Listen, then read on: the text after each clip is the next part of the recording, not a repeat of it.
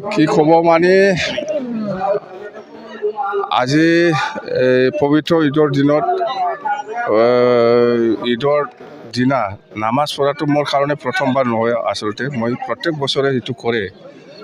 কালি জাগাটো চেঞ্জ হয়, কেতিয়াবা মই ওদালগুৰিত কৰোঁ, কেতিয়াবা মই বাক্সাত কৰোঁ, কেতিয়াবা চিৰাং, কেতিয়াবা কোকৰাঝাৰ। মুঠতে এই 4খন জিলাত ঘূৰি ঘূৰি মই এই ঈদৰ দিনা নামাজটো পঢ়ি থাকোঁ। তো উদ্দেশ্য এটাই যে আমাক যিমান ধৰ্মীয় লোকসকল আছে আমি একেলগে যাতে থাকিব পাৰে, অঞ্চলত একেলগে আমি কাম কৰিব পাৰে, অঞ্চলত শান্তি ঘূৰাই আহে।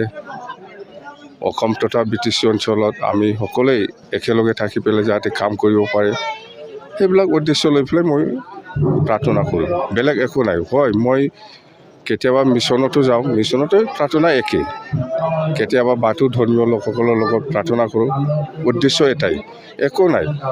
সন্মান আমি সকলো ধৰ্মীয় লোকসকলকে সকলোৱে সমানে মই সন্মান কৰাটো আমাৰ দায়িত্ব। এইটো বিটিআৰৰ কোটাটো পৰিৱৰ্তনটো কেতিয়া আহিব নাহিব এইটো ৰাইজে ক'ব। কিন্তু যোৱাকালি মই যিটো দেখিবলৈ পাইছোঁ বড়োলেণ্ড ইউনিভাৰ্চিটিত, এইটো খুব মানে দুখজনক কথা। বড়োলেণ্ড ইউনিভাৰ্চিটিত অসমীয়া লিখিব পৰা অধিকাৰটো প্ৰমোদ বড়োই নাইকিয়া কৰিলে। তো বাৰে বাৰে মই কেতিয়াবা মিটিঙত মই কৈ আহিছিলোঁ, এই প্ৰমোদ বড়োয়ে কি জাতৰ মানুহ মই কৈ আহিছোঁ যে প্ৰমোদ বড়োয়ে অন্যায়ভাৱে বড়ো জাতিকে ঠগাই পেলাই আহিছে, ধ্বংস কৰি আহিছে। তো এই প্ৰমোদ বড়োয়ে বড়ো জাতিকে ইমান অন্যায়ভাৱে ঠগাব পাৰে, তো কোনোবা অসমীয়াৰ কাৰণে বা কোনোবা বঙালীৰ কাৰণে বা কোনোবা মুছলিমৰ কাৰণে যে কাম কৰিব, এইটো মই বাৰে বাৰে কৈ আহিছিলোঁ। তো যোৱাকালি আজি আপোনালোকে দেখ প্ৰমাণ পালে যে অসমত কোনো ইউনিভাৰ্চিটিত এনেকুৱা নটিফিকেশ্যন ওলোৱা নাই। কিন্তু প্ৰমোদৰ আণ্ডাৰত এই বড়োলেণ্ড ইউনিভাৰ্চিটিত অসমীয়া ভাষা লিখিব পৰা অধিকাৰটো নাইকিয়া কৰিলে।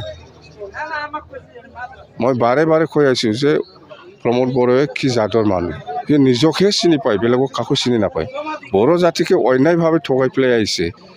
তো কোনোবা বঙালী বা কোনোবা অসমীয়াৰ কাৰণে যে সি কাম কৰিব, এইটো একদম অসম্ভৱ কথা। তো মই কৈছোঁ প্ৰমোদ বড়োয়ে সেইটো উঠাই ল'ব লাগে। যোৱাকালি যিটো নটিফিকেশ্যন ওলাইছে, প্ৰমোদ বড়োৰ মতে এতিয়া অসমীয়া আৰু বড়োৰ মাজত গণ্ডগোল হ'ব লাগে, সেইটোহে বুজাইছে। প্ৰমোদ বড়োক মই ৰিকুৱেষ্ট কৰিছোঁ যে সেইটো উইড্ৰ কৰি লওঁ। আগত বেলেগ ইউনিভাৰ্চিটিবিলাক আগত ইউনিভাৰ্চিটিত বড়োলেণ্ড ইউনিভাৰ্চিটিত যেনেকৈ চলি আহিছিল অসমীয়া ভাষাই সেইমতে চলিব দিয়ক। কোনো বেলেগ ইউনিভাৰ্চিটিত এনেকুৱা বেন কৰা নাই অসমীয়া লিখিব পৰা অধিকাৰটো দেই। Thank U.